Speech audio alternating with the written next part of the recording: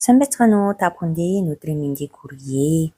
Бүгдээрээ хичээлээ сайн хийж байгаа гэдэгт итгэлтэй байна. Дэвтэр балаа бэлдээд хичээлд орцгоё. Франц хэлэнд 3 төрлийн ирээдүйн цаг байдаг. Нэгдүгээр le futur proche буюу ойрын ирээдүйн цаг, le futur simple энгийн ирээдүйн цаг, le futur antérieur буюу өмнөх ирээдүйн цаг. За le futur antérieur гэдэг одоо өмнөх ирээдүйн цаг гэдээ би орчуулсан. Яг монголоор нь яг юу гэж орчуулахыг сайн мэдэхгүй байсан учраас ингэж орчуулсан байгаа. За гэхдээ энэ цагийг бол дараагийн хичээл дээр өгөх учраас өнөөдөрт ингэж орчихъя.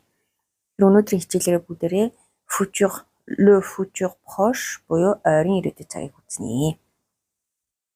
За ойрын ирээдүйн цаг нь одоо Франц хэлэнд ойрын ирээдүйд болох үедлийг илэрхийлэхэд бол ашигладаг. Гэтэ хөвчлэн одоо ярианд хэрэглэгддэг энгийн одоо ирээдүйн цагийн хэлбэр байдаг. За тэгэхээр ойрын ирээдүйн цаг буюу le futur proche маань одоо ямар бүтцтэй одоо үүсдэг юм бэ гэхээр одоо нэгдүгээр aller буюу явах гэдэг үйл үгийг одоо цаг дээр хувиргана. Дараа нь одоо үндсэн үйл үгээ одоо infinitive хэлбэр дээр буюу хувраагүй хэлбэр дээр нь aller гэдэг үгнийхаа одоо цагийн араас бичих нь байна. За тэгэхээр бүгдээ aller гэдэг үйл үгээ одоо цаг дээр одоо хуургаж сурсан байгаа тийм ээ. 13 дугаар хичээл дээр 3 дугаар бүлгийн үйл өмнүүдийг одоо цаг дээр хуургаж сурцгаая гэсэн хичээл дээр үзсэн байгаа. Тэгэхээр та бүхэн маань санаж байгаа хаа гэж найдаж байна. За гэхдээ өнөөдөр бүгдээрээ дахин нэг сэргээгээд санацгаая.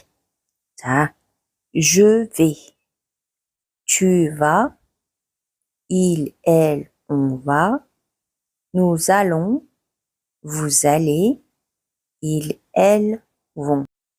За бүгдээрээ жишээ өгүүлбэр авч харцгаая. Je vais manger une pomme. Би алим идэх гэж байна гэсэн утга илэрхийлэх нь байна. Тэгэхээр v гэдэг маань нөгөө aller тийм ээ. Je vais manger гэдэг нөгөө идэх гэдэг үйл үг маань хувраагүй infinitive хэлбэр дээрээ байна. Тэгэхээр би алим идэх гэж байна.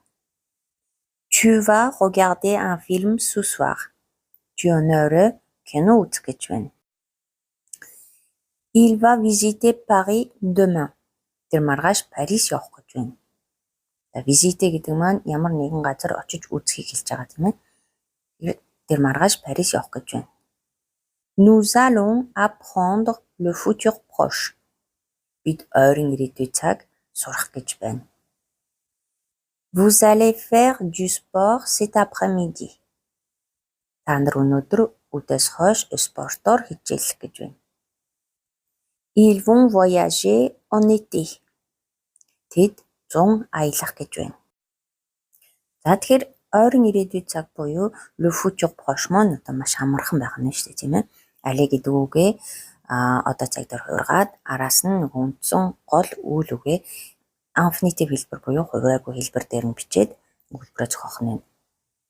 За тэгээд гэрийн даалгаварт та бүхэнд нэгэн дасгал өгнө. Тэр маань юу вэ гэхээр хүн болгоно нэг 2 3 өгүүлбэр зохиогоод комент хэсэгт бичээд үлдээгээрэй. За ингээд өнөөдрийн маань хичээл үгээр өндөрлөж байна. Бичлэг маань таалагдсан байхаа гэж найдаж байна. Хэрвээ таалагдсан бол нөгөө subscribe болон лайк дараад share хийгээрэй. Хонхоо идэвхжүүлээрэй гэж дахин хүсье. За ингээд дараагийн хичээл хүртэл түр баяртай.